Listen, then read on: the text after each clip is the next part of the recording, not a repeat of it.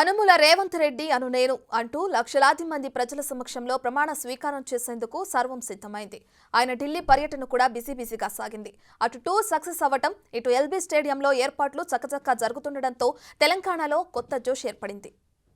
రేవంత్ రెడ్డి పట్టాభిషేకానికి సర్వం సిద్ధం. సుందరంగా ముస్తాబవుతున్న ఎల్బీ స్టేడియం, తరలిరానున్న లక్షలాది మంది తెలంగాణ ప్రజానీకం, కేసీఆర్ సహా హేమాహేమీలకు అందిన ఆహ్వానం, హస్తిన నుంచి తిరిగి వచ్చిన రేవంత్ రెడ్డి.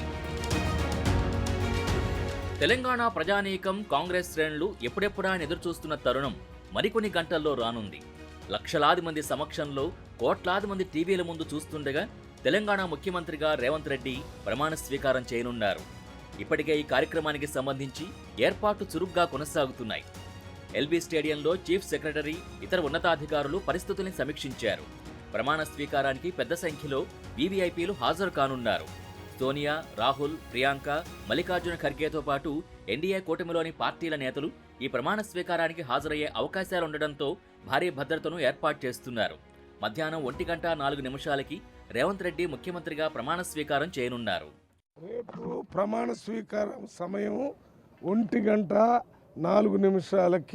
జరుగుతుందని అందరికీ తెలియజేయటం జరుగుతుంది. అంటే ఎవరెవరు వస్తున్నారు? వచ్చే దాంట్లో సోనియా గాంధీ గారు, రాహుల్ గాంధీ గారు, అదే రకంగా మల్లికార్జున ఖర్గే గారు, ఇంకా కొంతమంది వీవీఐపీస్ కూడా వస్తున్నారనే ఇన్ఫర్మేషన్. చాలా హ్యాపీగా ఉంది. ఈరోజు నిజంగా ఎంతో మంది కార్యకర్తలు ఎదురు చూస్తున్న రోజు. రేపు అంటే రేవంత్ రెడ్డి గారు గతంలో స్వర్గీయులు రాజశేఖర రెడ్డి గారు ఇదే ప్రాంతం నుంచి చీఫ్ మినిస్టర్ గా ప్రమాణ స్వీకారం చేసినారు. అదే ప్రాంతంలో రేవంత్ రెడ్డి గారు కూడా ప్రమాణ స్వీకారం చేయబోతున్నారు. నిజంగా ఇదంతా రైతులు సంతోషించాల్సిన దినం. కర్షకులు, కార్మికులు, అతి ముఖ్యంగా కాంగ్రెస్ కార్యకర్తలు, రాష్ట్ర వ్యాప్తంగా ఉన్న కార్యకర్తలు అందరూ సంతోషిస్తారు. నిజంగా ఆనందానికి హద్దులే లేవు. మరోవైపు ఢిల్లీలో రేవంత్ రెడ్డి బిజీగా గడిపారు. కాంగ్రెస్ అధిష్టానం పెద్దల్ని కలిశారు. సోనియా, రాహుల్, ప్రియాంక, మల్లికార్జున ఖర్గేలతో సమావేశమయ్యారు. తనపై నమ్మకం ఉంచి అవకాశం ఇచ్చినందుకు ధన్యవాదాలు తెలిపారు.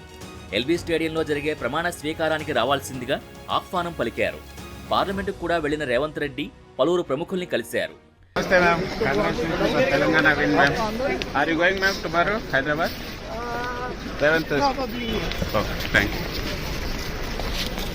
Karnataka CM Siddaramaiah, deputy CM DK Shivakumar, Karnataka మంత్రులు, రాజస్థాన్ మాజీ సీఎం అశోక్ గెహ్లాట్, ఛత్తీస్గఢ్ మాజీ సీఎం భూపేష్ బఘేల్, మహారాష్ట్ర మాజీ CM Ashok Chavan, Tamil Nadu CM Stalin, AP ముఖ్యమంత్రి వైఎస్ జగన్మోహన్ రెడ్డితో పాటు కేసీఆర్ కూడా ఆహ్వానం పంపించింది కాంగ్రెస్ పార్టీ. ప్రముఖులతో పాటు అమరవీరుల కుటుంబాలు, దివ్యాంగురాలైన నిరుద్యోగ యువతి రజనీకి సైతం ఆహ్వానం అందించారు రేవంత్.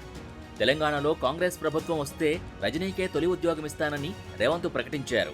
ప్రమాణ స్వీకారం అనంతరం 6 గ్యారంటీల ఫైల్పై సీఎంగా రేవంత్ రెడ్డి తొలి సంతకం చేసే అవకాశం కనిపిస్తోంది.